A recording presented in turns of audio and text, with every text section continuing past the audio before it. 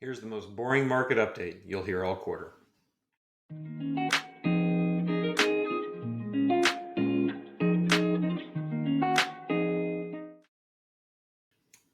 So let's imagine that you've been pretty busy for the last decade, raising a family, going to work, taking care of your career, growing a business.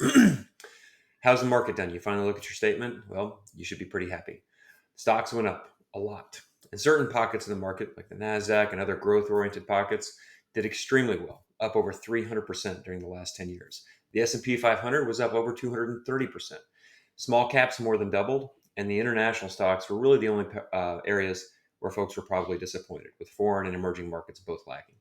How about bonds? Bonds actually made money over the course of the last 10 years too, but not after you consider the effects of inflation. The real return on bonds was actually negative. However, interest rates have gone up in recent quarters, as I'm sure you're aware, and potentially today has a better starting point for fixed income investors than maybe where we were 10 years ago. And then how about balanced investors, the 60/40 portfolio? Every so often we hear stories about the demise of the 60/40 portfolio. Well, looking at the Vanguard Balance Fund, which is essentially a portfolio of 60% US stocks and 40% bonds, it was a pretty good decade. It more than doubled as well. So 60/40, not quite dead yet. And then how about some of the headlines? It seems like there's always reasons not to invest.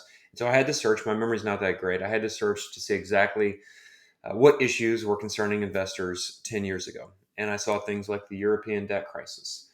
There were concerns about a slowdown in China's economic growth. Oil prices were rising. There was a fiscal cliff in the United States. My point is, there's always reasons not to invest, just as there are today. And generally speaking, investors have been paid very well to be patient, to be optimistic, and have a long term view. Lastly, was this decade really an anomaly? Not at all. If you look at where these returns rank over the course of the very long term, going all the way back to 1936, it was right smack dab in the middle, about the 55th percentile compared to all those historical 10-year returns. So a very normal decade by many counts. So if you'd like to read the full article, click on the link below the video, and thanks for watching.